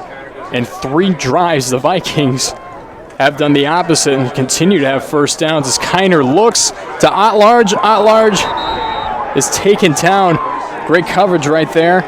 And that is by number 28, Jack Cahill, the senior captain of that defense. Yeah, Grant Otlarge, a sophomore wide receiver, 6'3", 225 pounds. he is a large guy and a big target for the Slicers, but just not able to connect with him. I love the idea. It doesn't hurt to sling it downfield. Of course, you've got to handle Valparaiso secondary looking to pick that ball off. Kiner just threw a little too high there. Pitching it off to Parks. Parks rushing, getting the first down, continuing to push up the middle, and getting across that 50, getting taken down at about the 42-yard line. Great field position for LaPorte, and a greatly executed play there by Kiner. Looks like he was going to throw, instead just nicely tosses it out. Quick pitch, and it executed. It was executed well. Really pitched it in stride with Parks, who grabbed that ball and just bolted up field and was able to really pick up a lot of yards there. Finally on Valpo's side of the field. 1st and 10 coming up here. Man in motion. Kiner rolls back. Viking presence falls down. Kiner taking for himself and falling, being able to hold on the ball. Will be stopped at the line of scrimmage and will come up 2nd down. Yeah, good pressure from Dylan Dingman, one of the leaders on defense for the Vikings. Put pressure on Kiner and forced him to scramble, which he's just not used to doing, not really able to do, and didn't pick up any extra yards on that play. 2nd and 10 coming up here for the Slicers. 4:30 on the clock. Man in motion, Justin Forker, as he tosses outside with Kiner to Otlarge. Otlarge continues to just press up, and the Vikings finally being able to take him out of bounds. The 6'3", 225-pound sophomore. Valparaiso has nobody in terms of cornerbacks or even in terms of linebackers that is as big as this receiver is. We need to get a new official measurement. Otlarge is really a big force out there, tough to take down. I'm a little surprised they haven't actually gone to him more often this game. We're finally seeing something out of him. Kiner tossing out to Forker. Forker lowering his shoulder, getting in that nice gap and getting out of bounds, gaining that 1st down. Got to pass that 1st down marker, lowered his shoulder in, and was able to gain that 1st down and a couple 5 extra yards on that carry. The ball is placed at the 25-yard line, 1st and 10, LaPorte. Finally showing some production here. Kiner looks deep, finds Otlarge, and it is incomplete. Otlarge bobbling it a little up and down, not being able to get that catch. Really a good-looking play. Kiner rolled out, had his receiver in Otlarge in the end zone. Should have come down with that ball, and that 6 points for the Slicers. Did everything right on that play, Zach, except come down with the ball, which obviously they needed to do, but drive's still alive. Kiner can't get anything and is sacked for a loss of 2 yards. Jacob Herbska with the sack there for the Vikings.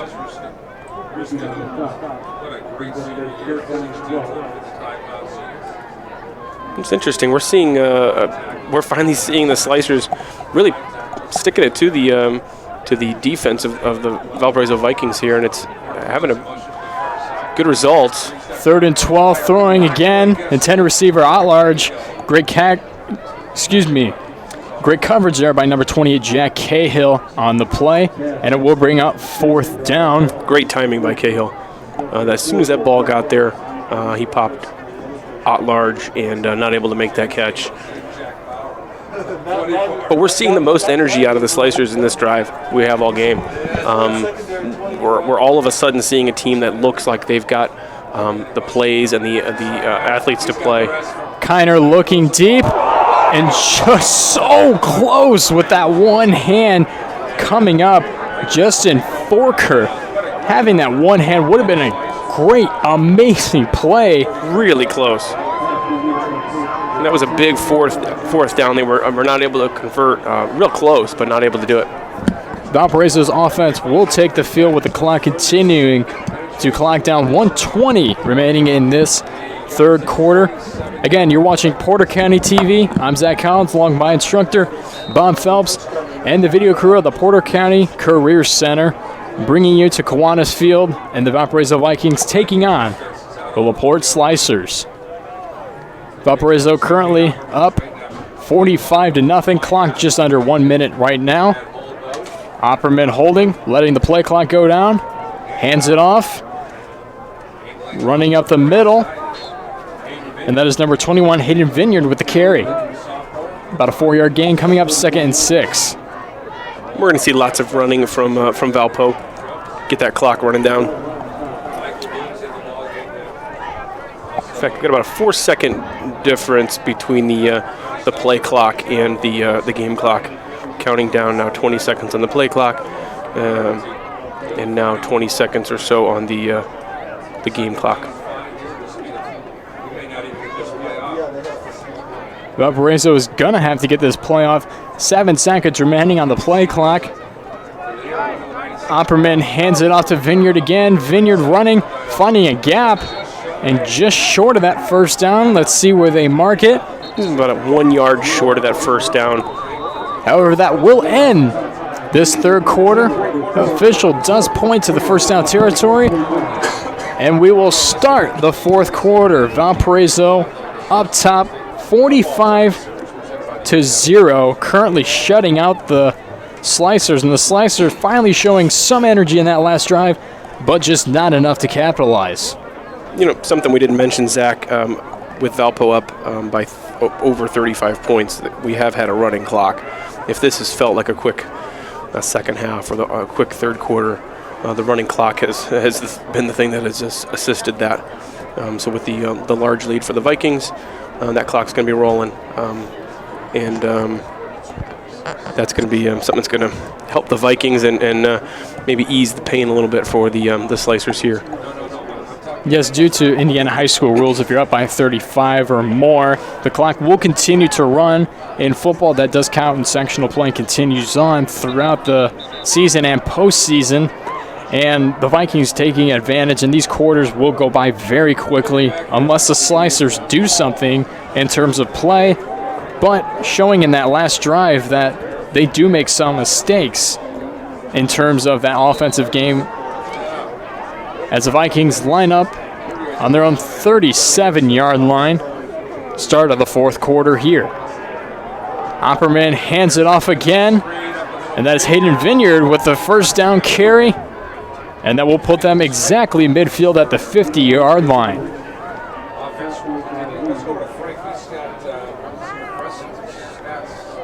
Valpo's just got such a great running game. They're confident in it. They can hand it off to Vineyard. They can hand it off to Burby, who we haven't seen in quite a while, haven't needed to see him. Tom, Zach, they've really been able to mix it up quite a bit.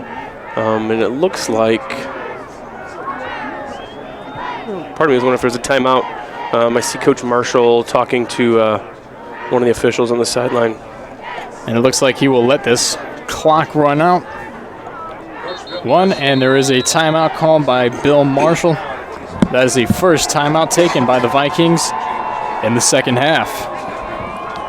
And that will most likely put on the secondary unit for the Vikings. We'll try to keep you most updated with the players coming on and off of the field in terms of play, as we do prepare for the game, but we prepare with mostly the 2-deep roster, and in terms, we've already seen the 2-deep roster for the Vikings here tonight. So it'll be interesting to see some guys that get played in this game and some guys that are able to play in a sectional game as well. Yeah, all younger players, the JV team, for example, they want to get in a game at some point during the season. They're just thrilled to get in during a postseason game like this. In last game against Munster, we saw that same thing, and some of those players came in and made big plays and really able to make a big difference. Zach, I want to thank all the fans for tuning in tonight. I did see some comments on our Facebook page. If you're not following us on Facebook, it's facebook.com/Porter County TV. We are students, all of my students from the Porter County Career Center's Video Production Media Studies class, in which my play-by-play guy tonight, Zach Collins, was a member for 2 years. Currently now a freshman at Valparaiso University, filling in tonight and calling the game. Lockhart handing it off there to number 43, Michael Norwida. Again, follow us on Facebook, like and subscribe on YouTube, and continue to appreciate the effort my students are putting in every Friday night, and we have all season for the Valparaiso home football games, and now we're going to continue to follow the Vikings through the postseason as deep as they go, is how far we will travel with them. I'm going to keep an eye on the scores from around the state and fill you in on the Mishawaka Elkhart Central game, which will determine Valpo's next game as well. Michael Narita with the carry, bringing it up the middle, and looks to be just short of that first down. And it will be just short, about a yard. Brings up third down for the Vikings. And now even just being in the presence of this field, it is one historical place to be at. You just drive past it and you think that is one of the coolest looking high school stadiums you can play in. It's almost an honor to call a game in the stadium. Yeah, I couldn't agree more, Zach. As a Kiwanis Field, a beautiful brick stadium, a lot of history here. Came out a few days ago to scout things out for the broadcast and got a nice tour with the athletic director, and really nice facility. And I'm sure Coach Lowry is going to work as hard as he can over the summer, get the season turned around, and or get this team turned around, and make some changes perhaps, and make good use of his young team. Kiner, only a junior. Parks, only a sophomore. Some other leaders on the team, Ruiz, also only a junior. So there potential for some a bright future for the Slicers next year. And a lot, like you said, a lot of younger guys on that offensive side. Most juniors and sophomores. It's very hard to even find some seniors, but there's a fumble on the play here. And LaPorte recovers. Valparaiso's B squad not able to capitalize on that drive. And LaPorte recovering. Let's see what they can do here. It's not going to be enough to change the outcome of the game, but certainly something that's going to be a positive for the Slicers, something they can hopefully take advantage of. They would hate to get shut out in this game, much like Munster last week was able to put up 6 points towards the end. Munster's 6 points came because they tried to go for 2 towards the end of the game, and not able to convert, but avoided the shutout against Valparaiso last week. A man in motion here, hands it off. And again, LaPorte putting in the backup quarterback, number 14, R.J. Anglin, the 6', 140-pound freshman. A smaller quarterback especially. Only weighing at 140 pounds. I'm only 5'9", I'm 145. Maybe I need to hit the gym a little more. No comment. No comment from me on that one. And finding some room to run right there. Parks running on that right side and gaining that first down.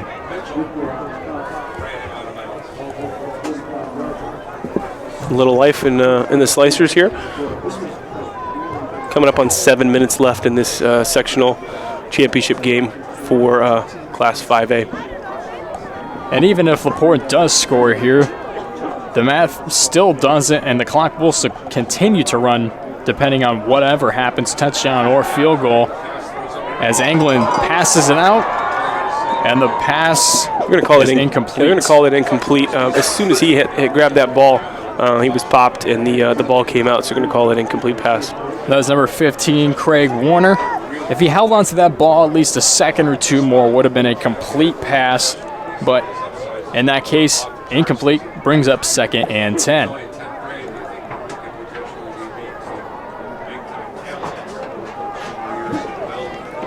.6:30 on the clock, on the running clock.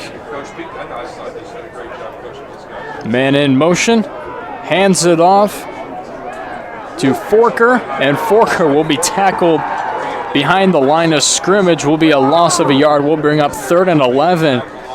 And you just see Coach Lowry with his arms up in the air. That was Cole Koselke on the tackle, I believe.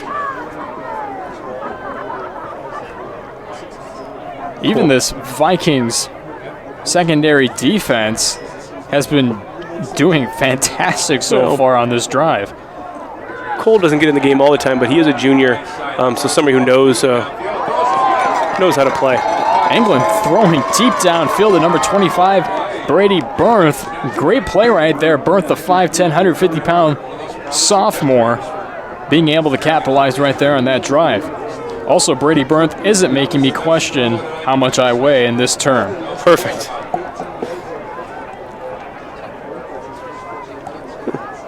Running to his right side, throwing to his right side. England showing some perspective as the freshman fumbles it off. There's Maybe I shouldn't have said anything in that play. Yeah, when it rains it pours there for the Slicers. Valparaiso recovers that fumble. And again, that is the 5th fumble so far just in this game alone. For LaPorte, Valparaiso has had nothing happen on their side except for the one fumble. But in terms of interceptions, Opperman was on target and on point all night long. Let's see if Logan Lockhart can do the same. So we had 5 fumbles this game, 5 interceptions last game that Munster had against the Vikings. So 2 very similar games, high scoring for Valparaiso. Valparaiso has only had 1 counted sack, and there's another fumble right there by the Vikings. That's sophomore Logan Lockhart on his first play there in his quarterback. Tough to handle that ball. I think even up 45 points, knowing the game is locked up, probably some nerves running through Lockhart there. Communication issue perhaps. And like you said, this is Lockhart's first actual drive that he is continuing to run, as he did come in for Opperman. And that last drive, but Opperman did lead the drive. This is his first led drive. But there's a handoff again. It will be 3rd and long, bringing up here. Clock continuing to tick down. 3:30 remaining in this game. And we expected somewhat of a game from LaPorte, being able to mix some things up in terms of their offense, but it seemed that mixing things up in terms of their offense has 6 turnovers on the night. So not being able to do much of anything in terms of that mixture of offense.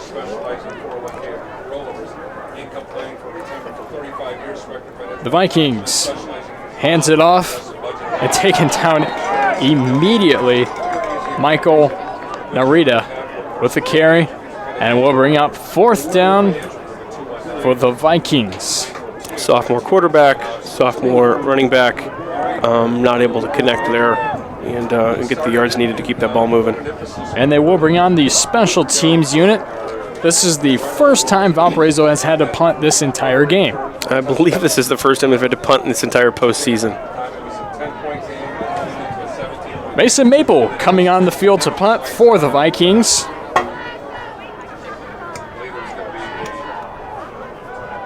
It will be a short punt with a great roll. Probably another 15 yards after it first hit the turf.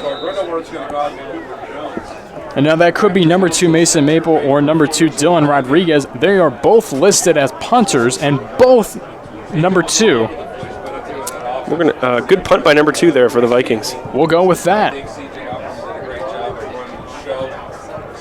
At most times in a regular game, if it were close, it would most likely be Mason Maple, but Rodriguez, you do have to question if he was in the game due to 2 number 2 players.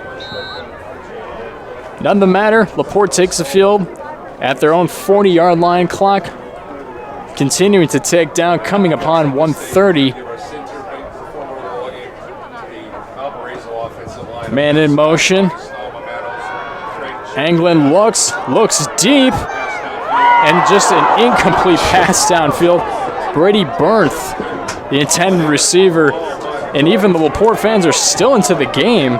In some retrospect, you can even see some people stand up, almost ready to see that pass happen. It was really a great pass. It was one of the best passes we've seen all game for the Slicers. Just out of reach. It was double coverage, but he had a step on the Valpo defenders there. Just couldn't quite come down with that ball. Things aren't being executed when they should be. We saw that same mistake earlier in the game with at-large, not able to come down with the pass. And a fumble right there. Anglin taking it for himself, putting his hand to the face mask of a defender, and still being able to gain 2 yards on the play. Somehow in that play. He had that nice push down right there as well. Anglin, the freshman, all of 140, not afraid of the Valpo players coming right at him. As the clock gets below 10 seconds, play clock not even going to start. And it will come eventually to the end here. 3, 2, and 1. And that will end this game.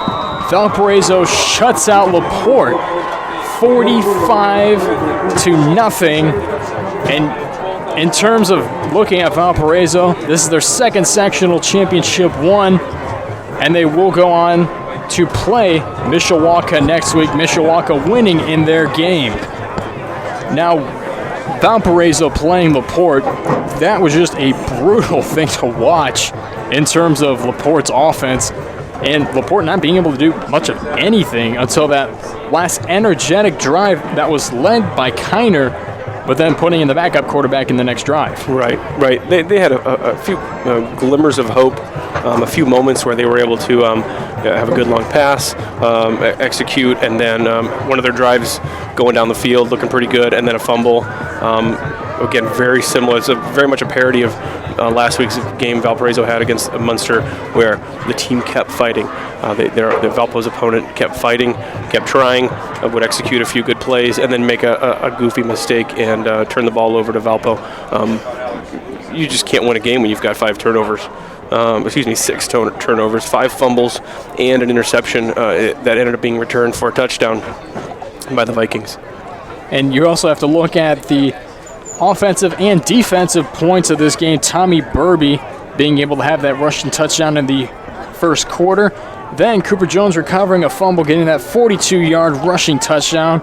Antonio Osorio getting that rushing touchdown for 11 yards in the second quarter. Then in defense, Mason Maple getting the interception, being able to get that touchdown. And Matt Tomzik, a name that we haven't heard very much all season, finally hearing in this game, isn't even on the position chart list, and getting that touchdown and being that big key player for Valparaiso tonight. And just a great job by Tomzik and this Valparaiso offense, being able to shut out LaPorte 45-0, and Valparaiso just having the phenomenal game they've had tonight. What do you expect for Valparaiso going up against Mishawaka next week? A tougher team, a team that's more even with Valparaiso in terms of offense, and Valparaiso is going to have to step it up, aren't they? Oh, they're going to have a much more difficult time against Mishawaka.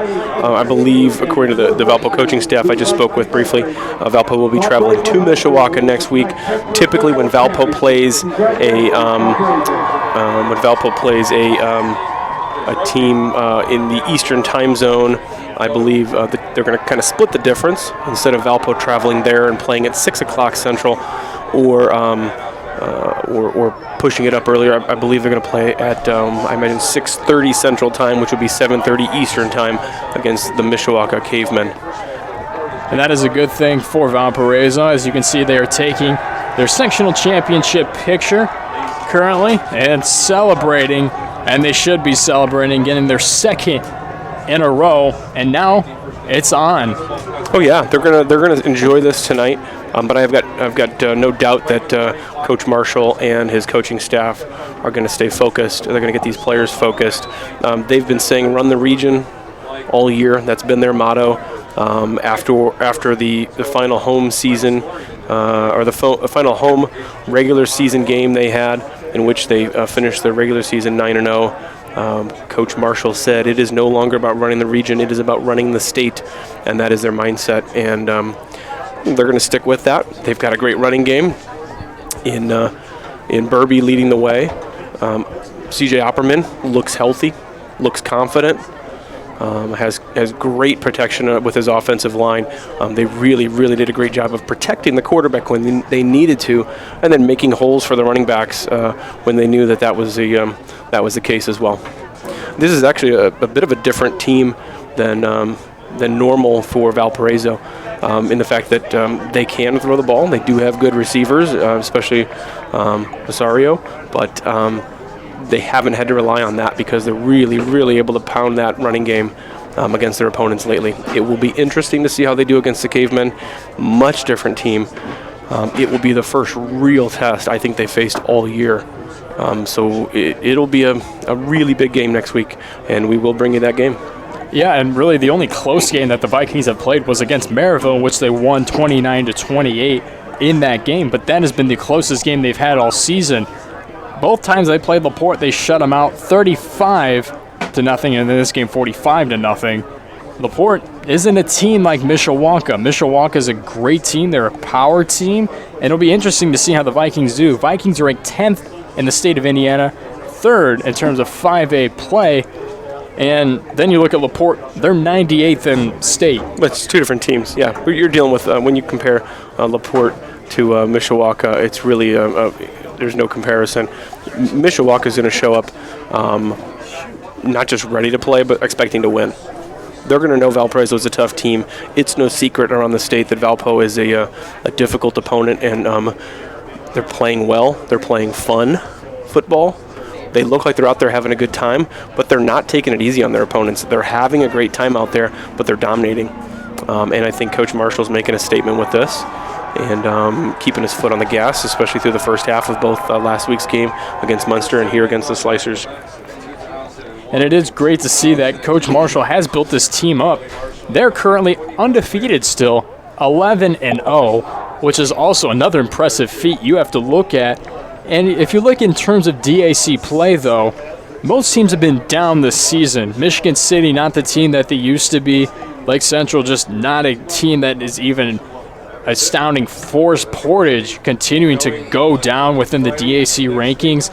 Valparaiso playing some easier teams, so this Mishawaka game will be phenomenal to see how it matches up coming into that week. But then you look to LaPorte, Jeremy Lowry, this is his first season here in LaPorte, and this is his final game of this current reign as his first year, coming into a second year next year. What do you think is going to be different from this LaPorte team, and what do you think should be different after watching them here tonight? Well, I think the big thing for Coach Lowry, he's got a lot of good young players.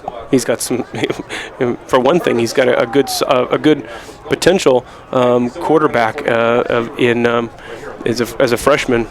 Who do we see come in at the end of the game? We saw England come in as only a freshman and actually play with some good energy and some good composure. Maybe too young and too inexperienced to know what he was up against, but it didn't stop him from coming out there. But in all seriousness, he's got some good players with some years left in him. And it's tough to come in your first year and play well and get the players' trust on your side. But I'm confident he can do that.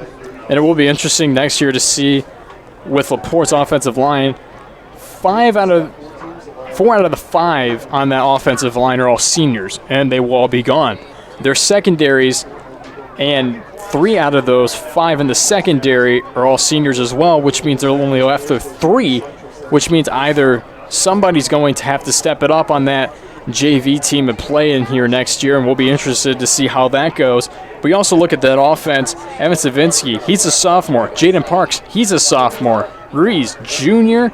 Alexander, he will not be here. He's a senior. But Grant Otlarge, number 88, the big man, he's a sophomore. Mm-hmm. And he showed some perspective here tonight. And maybe if Anglin shows something next year in his tryouts or if he's put into a game, it'll be interesting to see how this LaPorte team is next year. Right. However, that defense does need to really step it up in terms of their play. Valparaiso ran all over them all night long, almost having no stops, only having 1 stop in which Valparaiso had a punt on, and Valparaiso not being able to capitalize on 1 drive. But we thank you, everyone, for watching this broadcast of the Valparaiso Vikings versus the LaPorte Slicers at Kiwanis Field. This has been a presentation of PCTV Sports of the Porter County Career and Technical Center. This broadcast was student produced by members of the Porter County Career Center's video production class. The Porter County Career and Technical Center video productions class is instructed by Mr. Bob Phelps, who was also our color commentator tonight. This broadcast was produced and directed by Logan Osdick, Kevin Reynolds, and running replay and graphics, we had Jacob Outness, Megan Quinn, and Connor Small, all braving the elements on the camera tonight. We will bring you next week's 5A regional matchup from Mishawaka when the Vikings take on the Mishawaka Cavemen right here on PCTV. I'm Zach Collins along with Bob Phelps, leaving you with a final score of 45-0, shutting out the Sliders. From Kiwanis Field in LaPorte, Indiana, this is PCTV Sports. Want to know what I like best about playing basketball for my high school? I like it because it's a place where my friends get to see me play. I like it because I'm playing for someone besides myself. I'm playing for everybody in my school and every person in my community. Indiana high school sports.